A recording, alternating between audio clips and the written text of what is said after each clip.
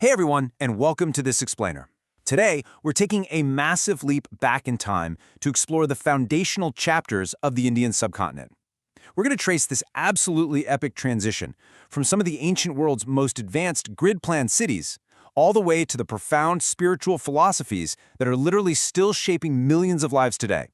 It's an incredible journey from physical bricks right through to enduring beliefs. So to start us off, I want you to ask yourself, what actually makes India's story so incredibly unique? We aren't just talking about a single country here.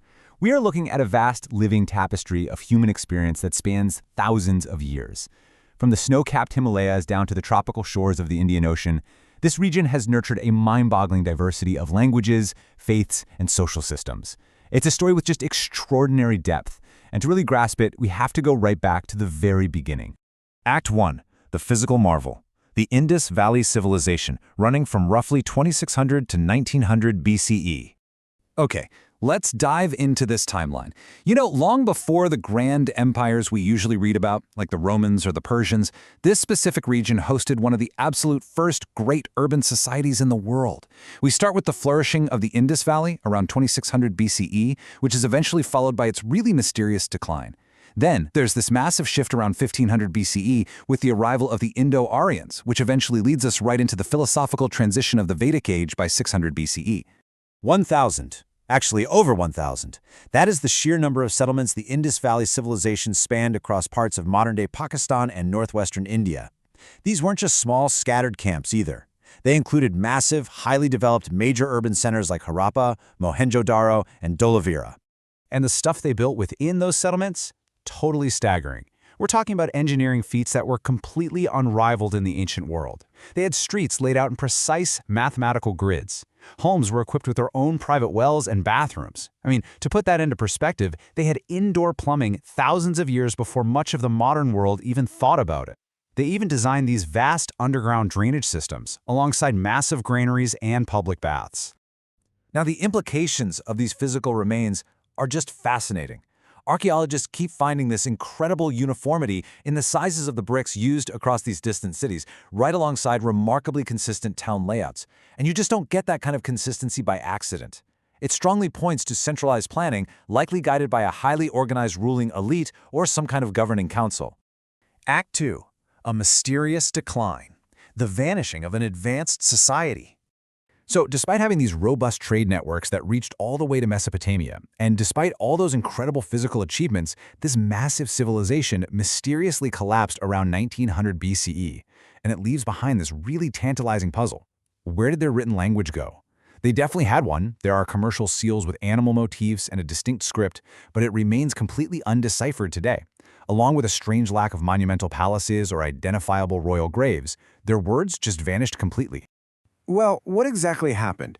Decades of debate have left us with a few plausible theories. It could have been severe climate change and the shifting of vital river courses.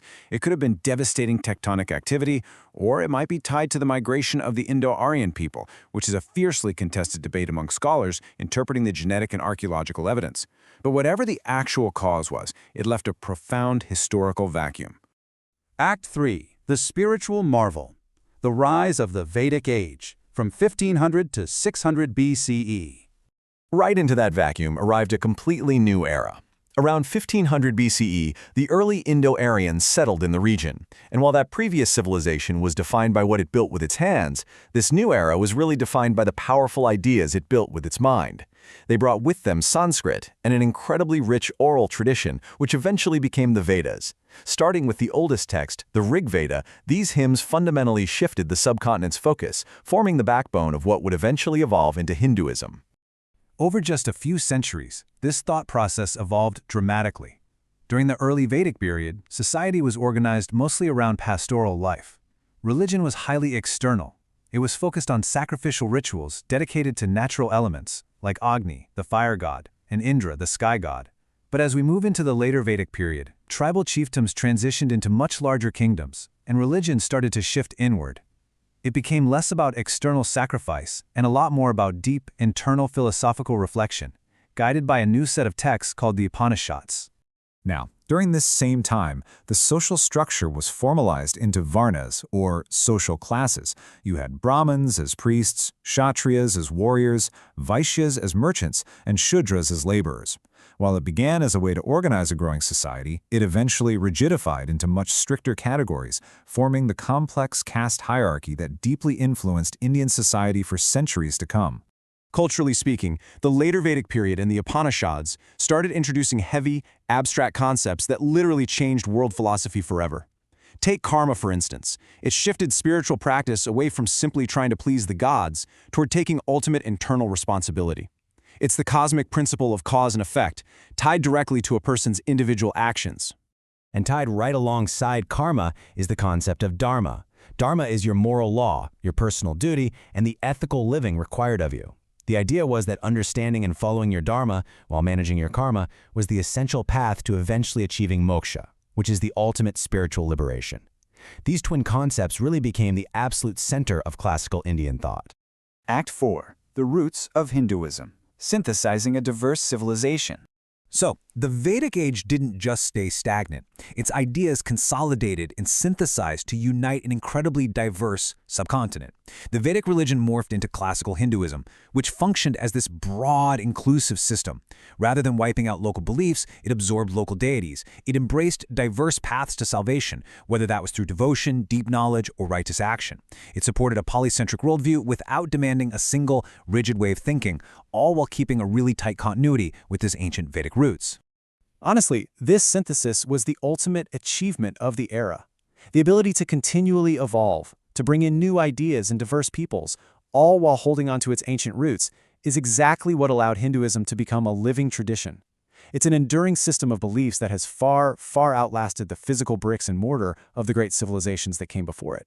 So when you step back and look at the advanced early urban planning of the Indus Valley, and you combine it with the profound philosophical developments of the Vedic age, you really see the true dual foundation of the Indian subcontinent. And it leaves us with one heck of a question to chew on. How did that ancient physical resilience and those deep philosophical roots continue to shape our modern world today? It's a powerful thought to carry with you. Thanks so much for joining me for this explainer.